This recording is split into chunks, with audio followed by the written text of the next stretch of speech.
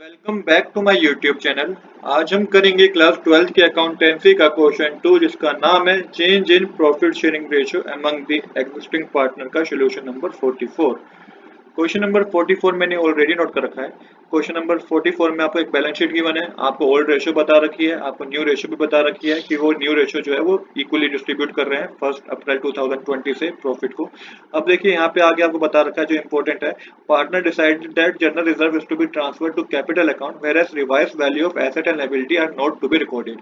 ये पॉइंट बहुत इंपॉर्टेंट है कि जनरल रिजर्व को तो आपको क्या करना है, ट्रांसफर करना है कैपिटल अकाउंट पे, बट जो रिवाइज वैल्यू है ना, जितनी भी आपको एडजस्टमेंट दे रखी है, इनको आपको रिकॉर्ड नहीं करना है। इनको आपको रिकॉर्ड नहीं करना है मतलब कि आपको विदाउट ओपनिंग रिवैल्यूएशन अकाउंट आपको एक एडजस्टमेंट एंट्री पास करनी होगी, बट आपको एसेट और लायबिलिटी की वैल्यू को रिकॉर्ड नहीं करना है बैलेंस शीट में। किस तरीके से करेंगे आइए समझते हैं। तो सबसे पहले ये क्वेश्चन में हमें गिवन है, पार्टनर गिवन है, मैं अंशु अंजू और अनुपमा, ओल्ड प्रॉफिट शेयर है 2:1। तो अंशु की हो जाएगी 2/5, अंजू की भी 2/5 और अनुपमा का शेयर होगा 1/5। फिर इसके बाद इन्होंने चेंज किया प्रॉफिट शेयरिंग रेशियो में, जो कि इक्वली करी है 1:1:1 में इनका प्रॉफिट शेयरिंग रेशियो है।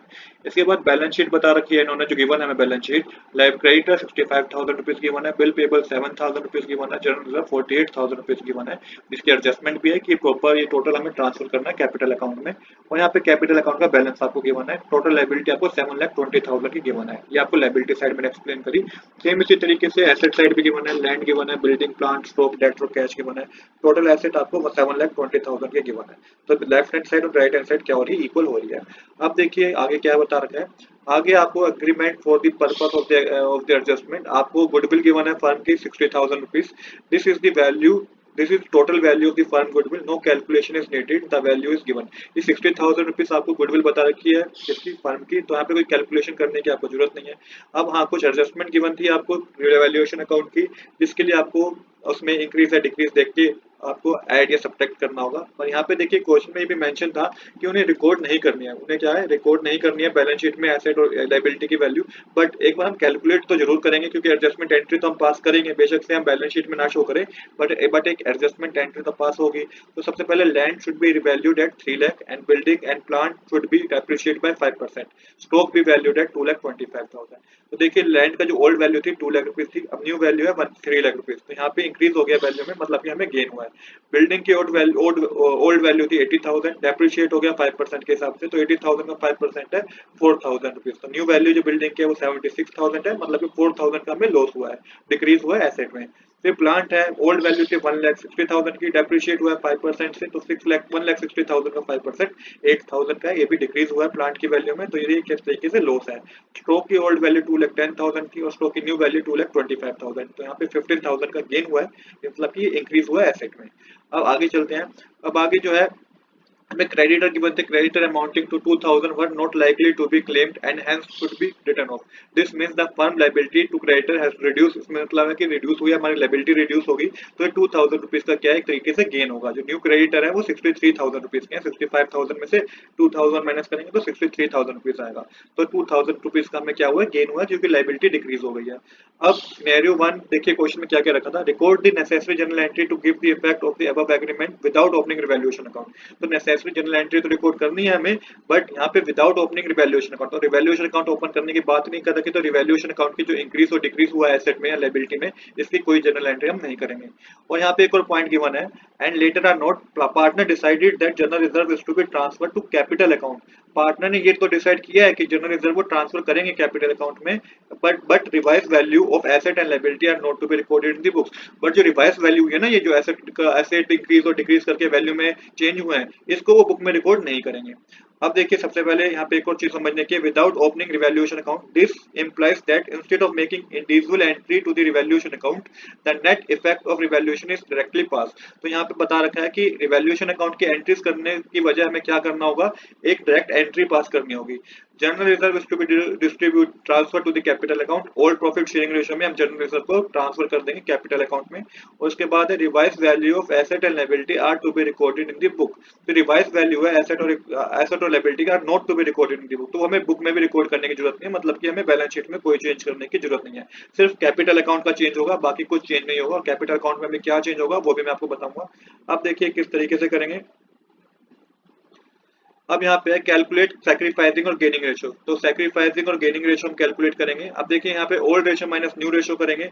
तो old ratio minus new ratio करेंगे, जो पार्टनर गेन करेगा इसका मतलब उसने सैक्रिफाइस किया है, जो जिस पार्टनर की वैल्यू पॉजिटिव में आएगी मतलब कि उसने सेक्रीफाइस किया है, और जिसकी नेगेटिव में आएगी मतलब कि उसने गेन किया है। तो पहले अंशु का करते हैं। अंशु का शेयर था ओल्ड 2/5 माइनस कर देंगे न्यू शेयर 1/3, तो एलसीएम लेके 15 आएगा। न्यूमरेटर में 6 माइनस 5 हो गया 1/15 आएगा। पॉजिटिव वैल्यू है मतलब कि इसने सेक्रीफाइस किया है। ऐसे ही इसी तरीके से अंजू का शेयर कैलकुलेट करेंगे, इसका भी 1/15 आएगा मतलब इसने भी सेक्रीफाइस किया है। अनुपमा ने क्या करा है, अनुपमा ने गेन करा है, क्योंकि इसकी वैल्यू नेगेटिव आई है मतलब कि अनुपमा ने क्या करा है, गेन करा है, 2/15 का गेन करा है। अब इसके बाद क्या करेंगे, ट्रीटमेंट ऑफ जनरल रिजर्व करते हैं। सबसे पहले जनरल रिजर्व हमारे पास 48,000 का था, तो इसे ओल्ड रेशियो में हम डिस्ट्रीब्यूट करेंगे, जो कि 2:1 थी। तो अंशु का शेयर कितना होगा, 48,000 मल्टीप्लाइड 2/5 करेंगे तो 19,200 आएगा। अंजू का शेयर कितना होगा, 19,200 होगा अंजू का शेयर भी। और अनुपम का शेयर कितना होगा, अनुपम का शेयर होगा 48,000 मल्टीप्लाई 1/5 करने पे 9600 रुपीज होगा। अब यहाँ पे जनरल एंट्री करनी है आपको। तो देखिए ट्रांसफर करा है हमने कैपिटल अकाउंट में, तो जनरल रिजर्व अकाउंट को तो डेबिट कर देंगे। तो जनरल रिजर्व अकाउंट डेबिट आप लिख लीजिएगा, to Anshu capital account, to Anju capital account, to Anupam Anupama capital account. 48,000 rupees का अमाउंट था टोटल, ओल्ड शेयर में डिस्ट्रीब्यूट किया, तो अंशु को क्रेडिट होगा 19,200 का, अंजू को भी 19,200 क्रेडिट होगा, अनुपमा को भी 9600 रुपीज का क्रेडिट होगा। तो इस तरीके से जनरल रिजर्व की हमने जनरल एंट्री कर दिया है। अब बात करते हैं किसकी, नेट इफेक्ट ऑफ रिवैल्यूएशन, जो हमने कैलकुलेट किया था ना भी एडजस्टमेंट के थ्रू। तो देखिए लैंड पे अप्रिशिएट था, इंक्रीज इन एसेट और डिक्रीज इन लायबिलिटी को हम ऐड करते हैं क्योंकि ये क्रेडिट साइड मेंशन करते हैं हम। तो लैंड पे अप्रिशिएट था 1 लाख रुपीज का, स्टॉक पे अप्रिशिएट था 15,000 रुपए का अप्रिशिएशन था, जिसकी और क्रेडिटर में डिक्रीज था मतलब लायबिलिटी डिक्रीज हुई थी 2,000 रुपीज की। तो ये सारे हमारे गेन है। 1 लाख प्लस 15,000 प्लस 2,000 करेंगे तो 1,17,000 आएगा। और लॉसेज हमारे कौन से हैं, डिक्रीज इन एसेट वैल्यू और इंक्रीज इन लायबिलिटी। तो डिक्रीज हुई थी एसेट की वैल्यू हमारी प्लांट और बिल्डिंग की, तो 4,000 और 8,000 डिक्रीज हुए थे, तो टोटल लॉस 12,000 का था। पर यहाँ पे हमें टोटल गेन हुआ है। टोटल गेन कैसे हुआ है, जब टोटल गेन ज्यादा था हमारा, उसमें से माइनस कर देंगे लॉसेज, तो ये हमारा 1,05,000 का प्रॉफिट हुआ है, नेट रिवैल्यूएशन प्रॉफिट हुआ है हमें 1,05,000 का। बट क्वेश्चन बता रखा है कि इसकी रिवाइज वैल्यू को हमें वेब बुक में रिकॉर्ड नहीं करना है। तो हम क्या करेंगे, तो देखिए 1,05,000 का तो हमें क्या हो गया, प्रॉफिट हो गया। Since revise value of asset and liability are not to be recorded in the book, this revaluation account 1,05,000 will not be distributed in old ratio. अब इसको हम ओल्ड रेशो में डिस्ट्रीब्यूट नहीं करेंगे क्योंकि मना कर रखा है बुक में। Instead its effect will be adjusted through the sacrifice और गेनिंग रेशो। इसका जो एडजस्टमेंट एंट्री पास कर देंगे हम यूजिंग सैक्रिफाइसिंग और गेनिंग रेशो। अब यहाँ पे टोटल एडजस्टमेंट अमाउंट कितना होगा आपको ये पता होना चाहिए। तो टोटल गुडविल का अमाउंट था 60,000 और नेट रिवैल्यूएशन का प्रॉफिट है 1,05,000। तो टोटल जो नेट एडजस्टेड अमाउंट है वो 1,65,000 का है। अब इसको गुडविल में एडजस्ट करना है मतलब कि सैक्रिफाइसिंग और गेनिंग रेशियो में एडजस्ट करना है। तो देखिए अनुपमा जो थी वो गेनिंग पार्टनर थी, अंशु और अंजू जो थे ये सैक्रिफाइसिंग पार्टनर थे। अब अनुपमा जो गेनिंग पार्टनर थी ये क्या करेगी, कंपनसेट करेगी कितना शेयर, 22,000 का। तो 1,65,000 मल्टीप्लाई कितना शेयर इसने गेन किया था 2/15, तो 22,000 का शेयर इसे क्या करना होगा, कंपनसेट करना होगा। तो इसके अकाउंट में, इसके कैपिटल अकाउंट में डेबिट होगा 22,000 रुपीज का अमाउंट।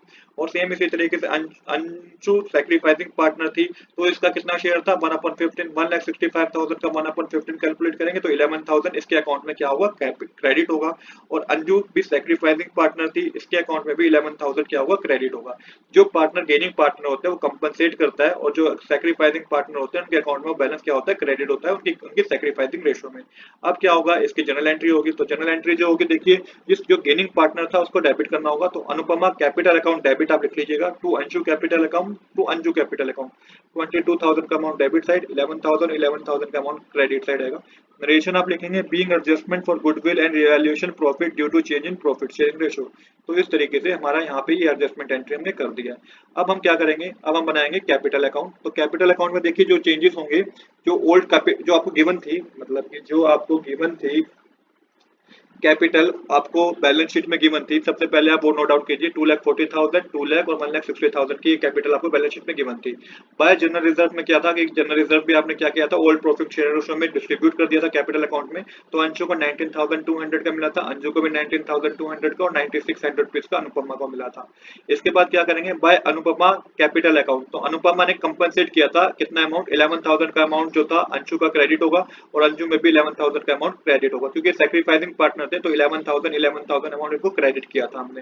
तो यहाँ पे अब क्या होगा, इसके बाद टोटल करेंगे तो अंशु का टोटल आएगा 2,70,200, अंशु में भी 2,30,200 और अनुपमा में आएगा 1,72,000 रुपीज। अब यहाँ पे debit side to Anupama capital account लिख के इसके अकाउंट से कितना डेबिट होगा, 22,000 इसके अकाउंट से डेबिट होगा, तो अनुपमा में डेबिट कर देना है आपको 22,000 रुपीज, क्योंकि ये गेनिंग पार्टनर था, इसने इतना अमाउंट कंपनसेट करा है। अब बैलेंसिंग करेंगे आप तो 2,70,200 अंशु में आएगा, 2,30,200 किसमें आएगा, अंशु में आएगा, और 1,47,600 अनुपमा में आएगा, क्योंकि 20,000 का अमाउंट आपको माइनस करना होगा 1,72,000 में से। यहाँ पे टोटल हमारा क्या हो जाएगा, इक्वल हो जाएगा डेबिट और क्रेडिट साइड का। तो यहाँ पे जो अंशु की कैपिटल है वो 2,70,200 है, अंजू की कैपिटल 2,30,200 है, अनुपमा की कैपिटल 1,47,600 है। अब देखिए जो आप बैलेंस शीट बनाएंगे उसमें क्या करेंगे, आप जनरल रिजर्व तो खत्म हो गया तो हमने जीरो मेंशन कर दिया, इसको आप मेंशन ना भी करेंगे तो भी चलेगा, बाकी सब कुछ सेम रहेगा, सिर्फ चेंज होगा अंजू और अनुपमा के कैपिटल पे, जो आपने अभी कैपिटल अकाउंट बनाया ना उसमें से देख के आप कैपिटल लिख देंगे, और यहाँ पे हमारी डेबिट साइड और क्रेडिट साइड इक्वल हो जाएगी। एसेट में कोई चेंज नहीं होगा, क्योंकि मैंने मना कर रखा था एसेट और लायबिलिटी की वैल्यू को चेंज करने में क्वेश्चन में। तो इस तरीके से हमारा ये क्वेश्चन कंप्लीट हो गया। तो आज के लिए इतना ही। I hope you like this video. If you like this video, please do subscribe this channel. Thanks for watching.